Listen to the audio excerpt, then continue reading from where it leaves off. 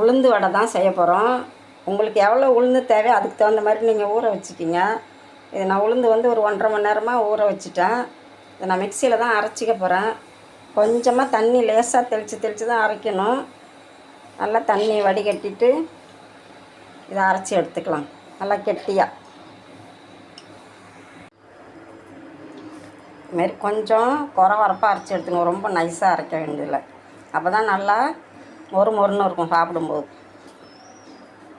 ஒரு பாத்திரத்துக்கு மாற்றிக்கலாம். இந்த மாவு கூட ஒரு 1/2 ஸ்பூன் மிளகுத்தூள், 2 ஸ்பூன் பச்சரிசி மாவு,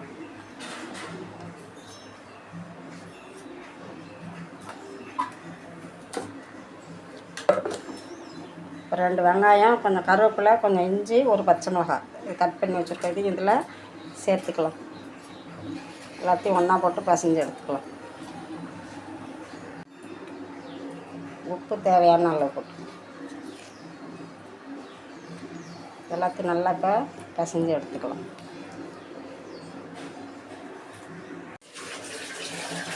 மாவு நல்லா இந்தளவுக்கு கெட்டியாக இருக்கணும்.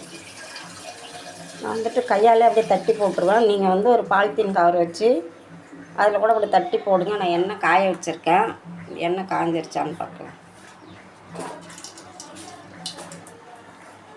மாவு அப்படியே மேலே மிதந்து வந்துச்சுன்னா எண்ணெய் காஞ்சிட்டுன்னு அர்த்தம். ரொம்ப ஹையில் வைக்கக்கூடாது, கொஞ்சம் மீடியமாகவே வச்சுக்கணும். இல்லைன்னா மேலே ஒரு கிணத்துல தண்ணி வச்சுருக்கேன், அதில் தொட்டுட்டு அப்படியே எடுத்து அப்படியே போட்டுருவேன் எண்ணெயில். உங்களுக்கு அப்படி பயமாக இருந்ததுன்னா நீங்கள் பாலித்தீன் கவர் வச்சுட்டு இல்லைன்னா பால் கவர் வச்சுட்டு அதில் போட்டு எடுங்க.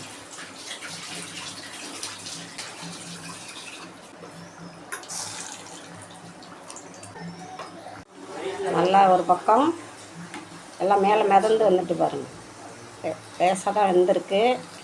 2-3 தடவை பரட்டி விட்டு போட்டுக்கலாம்.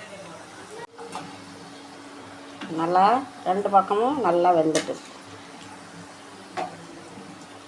நம்ம இன்னும் 2 வடை கூட போடலாம். நான் ஃபஸ்ட்டு 4 போட்டிருக்கேன். சரி,